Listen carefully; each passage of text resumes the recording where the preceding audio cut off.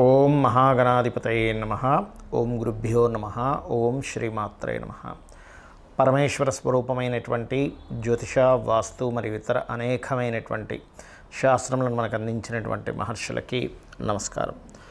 హయగ్రీవ హయగ్రీవ హయగ్రీవేతి యోవధేత్తస్య నిస్సరతే వాణీ జన్హుకన్యా ప్రవాహవత్ అరుణాం కరుణాతరంగితాక్షీం ధృతపాశాంకుశపుష్పబాణచాపాం అనిమాదిభిరావృతాం మయూకైః అహమిత్యేవ విభావయే భవానీం. శ్రీమాత్రే నమః. ప్రేక్షకులకి ఆ లలితాంబిక అమ్మవారి యొక్క అనుగ్రహం పరిపూర్ణంగా కలగాలని మనస్ఫూర్తిగా కోరుకుంటూ మనం ఈరోజు చెప్పుకోబోయే టాపిక్ ఏమిటంటే, గత 2 సంవత్సరాల క్రితమే మనం ఒక టాపిక్ గురించి చెప్పుకున్నాం. ఏమిటది అంటే, శని భగవానుడు మకరం నుంచి కుంభంలోకి రాగానే చాలా మట్టుకు ఒక రెవల్యూషన్ తీసుకొస్తాడు. బిజినెస్ సిస్టమ్స్లోని ఒక కొత్తగా కనిపెట్టుకునే విషయంలోని అన్నిట్లోని బిజినెస్ రెవల్యూషన్స్ చాలా తీసుకొస్తాడని చెప్పుకున్నాం. అదేవిధంగా మనకి కుంభంలోకి రాగానే చాలా మార్పు ఏఐ ద్వారా వచ్చింది. అయితే మనం గతంలో ఇంకొక విషయం కూడా చెప్పుకున్నాం. ఏమిటది అంటే, శని ఇక్కడికి చేరేసరికి అంటే 2030 4వ నెల 17వ తేదీ అంటే 17 ఏప్రిల్ 2030 ఇక్కడ చేరుకుంటాడు. ఆ సమయం కల్లా అందరూ కూడా వీలైనంత మట్టుకు ఓన్గా చేసుకునే దాని మీదే ఉండండి, జాబ్ కాకుండా అనేటువంటిది. ఎందుకంటే అలాంటి ఒక సిస్టమ్ని తీసుకురాబోతున్నాడు శని. మకరంలో ఎంటర్ అయినప్పుడు మీరు గమనించినట్లయితే ఒక 4.5 years బ్యాక్ మనకు కరోనా వచ్చింది. మకరంలోకి ఎంటర్ అయ్యి గురువు ఒక నీచభంగ రాజయోగం కాలసర్పదోషంలో ఉన్నప్పుడు ఇక్కడికి వెళ్ళినప్పుడు జాబ్ సంబంధించిన విషయంలో ఒక డిఫరెంట్ ఇదంటే వాళ్ళు ఎవరికి వాళ్ళు చేసుకునే దానిలోనే ఇస్తాడు. కాబట్టి ఇక్కడి నుంచి ఇక్కడికి అంటే దాదాపు ఇప్పుడు కుంభంలో ఉన్నటువంటి శని భగవానుడు 30వ తేదీ 30వ తేదీ 3వ నెల 2025 సంవత్సరానికి ఇక్కడికి వెళ్తాడు. 30 మార్చ్ 2025 సంవత్సరంలో ఇక్కడికి పర్టికులర్గా 2/6/2027లో వెళ్తాడు ఇక్కడికి మేషంలోకి.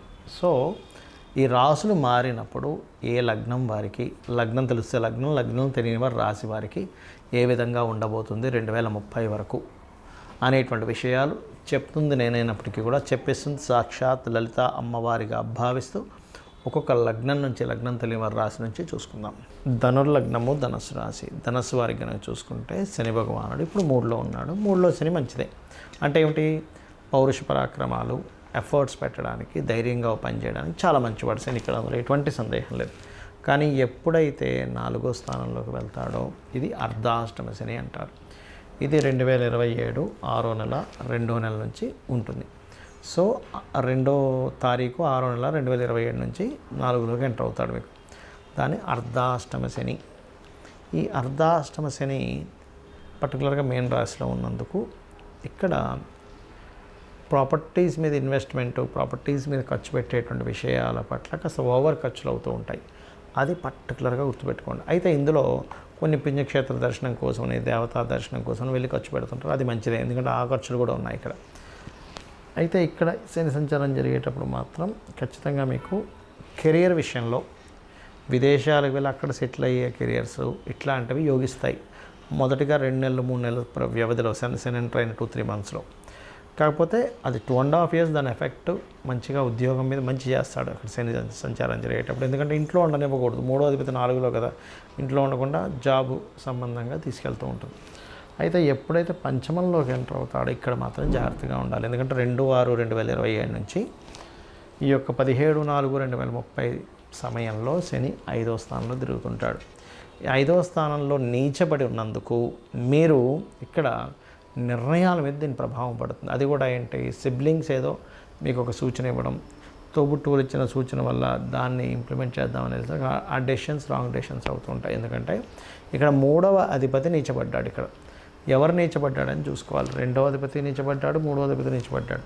అంటే ఏమిటి, పంచమ స్థానం అయినందుకు తెలియకుండానే షేర్ మార్కెట్లో డబ్బులు పెట్టి పోగొట్టుకోవడము, సిబ్లింగ్స్ లేకపోతే మీ యొక్క సహోదర వర్గం వాళ్ళు, సహోదర సమానులు లేనట్లయితే దాయాదులు, వాళ్ళు ఇచ్చిన ఐడియాస్ వల్ల, వాళ్ళ ఫ్రెండ్స్ వల్ల షేర్ మార్కెట్స్లో డబ్బులు అనవసరంగా ఇన్వెస్ట్మెంట్ చేయడం ఇట్లాంటివి జరుగుతుంటాయి. కాబట్టి అటువంటి జోలికి వెళ్ళకండి. కామ్గా శని చక్కగా దశమ స్థానాన్ని చూస్తున్నాడు కాబట్టి ఉద్యోగ సంబంధించిన విషయంలోని, కెరియర్ విషయంలో గ్రోత్ ఇస్తాడు. అక్కడ ఆ జాగ్రత్త తీసుకుంటే సరిపోతుంది. ఓకే, సినిమా ఫీల్డ్ అని, రాజకీయాలని వెళ్ళి అక్కడ డబ్బులు ఖర్చు పెట్టుకుంటారు అనవసరంగా. వాటి జోలికి వెళ్ళకండి. Share market, cinema field, creative fields ఇట్లాంటి వాటి జోలికి వెళ్ళకండి. అయితే ఇక్కడ కేతు సంచారం శని ఇక్కడ మేషంలో తిరిగేటప్పుడు కేతు ఇక్కడ ఉంటాడు, రాహు లగ్నంలో రాహు ఉంటాడు.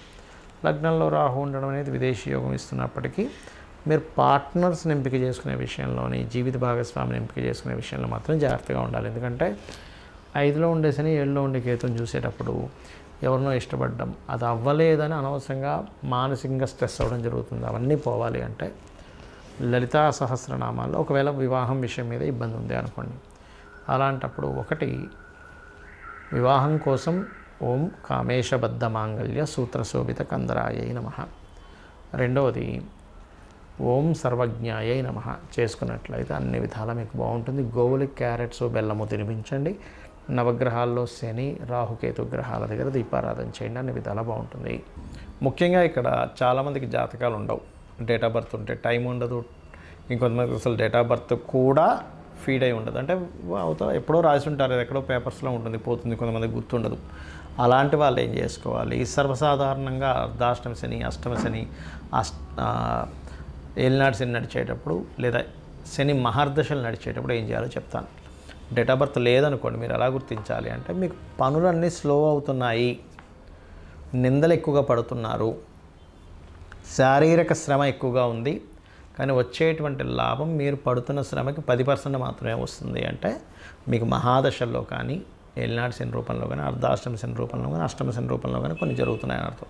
అయితే ఇందులో మళ్ళీ కొన్ని వేరియేషన్స్ ఉన్నాయి. ఎలాగంటే అర్ధాష్టమ శని నడుస్తుంది అనుకోండి, అంటే మీ చంద్రుడి నుంచి 4వ స్థానంలో శని సంచారం జరుగుతుంది. అప్పుడు కన్స్ట్రక్షన్స్ చేసే విషయాల్లో, చదువు విషయంలో కొంత మందత్వం వస్తుంది.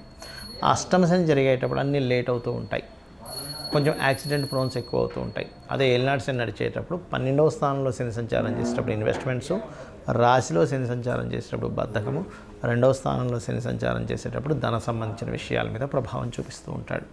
అయితే ఇక్కడ మీరు ఒకటి అర్థం చేసుకోవాల్సిన విషయం ఏంటంటే, ఎప్పుడు శని సంచారం మీకు వచ్చినా, అంటే శని కర్మకారకుడు కాబట్టి అతను తిట్టుకోవడము, శని బాలేడు అనుకోవడము కాదు, శని భగవానుడు నాకేదో నేర్పించడానికి వచ్చాడనేటువంటి భావనతో ఉంటూ ఖచ్చితంగా మీరు చేయవలసింది ఏంటంటే, ఇక్కడ ఒకటే గుర్తుపెట్టుకోండి, మీరు నిద్రపోవడం చేయకూడదు ఎక్కువగా. ముసలి వాళ్ళు, స్త్రీలు, చిన్నపిల్లల విషయాన్ని మాట్లాడలే, అనారోగ్యంతో ఉన్నవాళ్ళు లేదా బాగా ఏజ్డ్ పర్సన్స్, స్త్రీలకి, చిన్నపిల్లలకి ఇది ఎగ్జంప్షన్.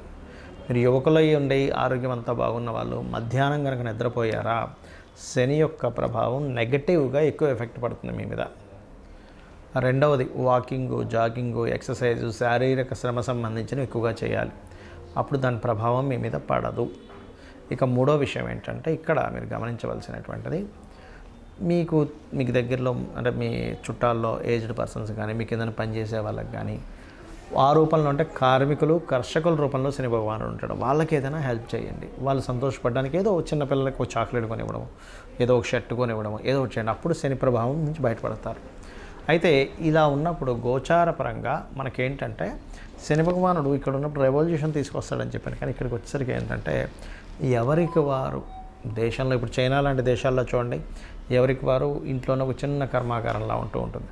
అలా ఎవరికి వారు ఓన్గా జాబ్ పరంగా సెటిల్ అయిపోవాలి. ఎందుకంటే ఎక్కడో నేను జాబ్ చేస్తాను, వాళ్ళు నన్ను చూసుకుంటాను అనుకుంటే తప్పు. శని ఇక్కడ జరిగేటప్పుడు గుర్తుపెట్టుకోండి, మేషంలో, బికాజ్ ఆఫ్ ఆ టైం అనేటువంటిది అప్పటికల్లా ఓన్గా చేసుకునేది ఇదే మీకు యోగాన్ని ఇస్తుంది. ఇది బాగా బాగా బాగా గుర్తుపెట్టుకోండి.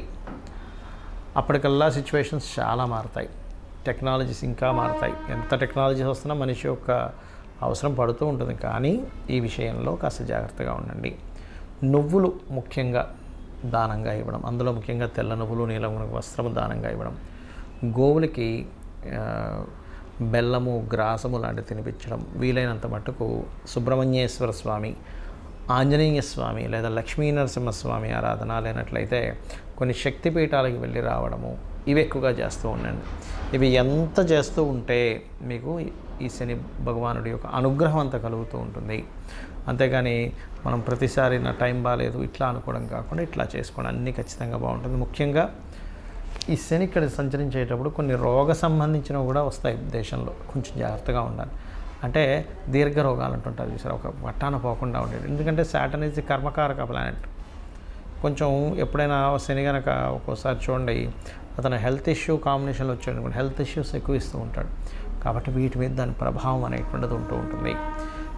ఇక మీరు చండీ పారాయణం చేసుకోవడము, లలితా సహస్రనామాల్లో ఓం అనాకలిత సాదృశ్య చుబుకశ్రీ విరాజితాయే నమః.